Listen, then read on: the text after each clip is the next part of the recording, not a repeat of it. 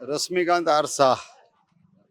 દાદા શું કેવું છે 4 જૂને કોની સરકાર બનશે? બસ મોદી આવશે, બીજું કોઈ નહીં. એવું તો શું કારણ છે કે મોદી સાહેબને તમે લાવવા ઈચ્છો છો? 380 થી 40 ની અંદર આવશે એવું ગણતરી છે. આગળ બધા કામ સારા કર્યા છે માટે અમને એવું લાગે છે. તમે તો કોંગ્રેસ અને ભાજપ બંનેની સરકાર જોઈ છે, તો બંનેમાં ફરક શું? ઘણો બધો ફરક છે. જનતા જોવે છે, પબ્લિક જોવે છે. બધા રિઝલ્ટો કહી આપે છે બધા. રાહુલ ગાંધીનું કહેવું તો એવું છે કે એ હિન્દુ મુસલમાન કરે છે, એ સનાતન કરીને વોટ ગણે છે.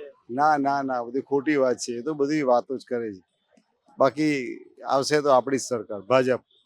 8,500 દરેકના ખાતામાં રાહુલ ગાંધી નાખવાના. ખોટી વાત છે, બધી ખાલી વાત છે.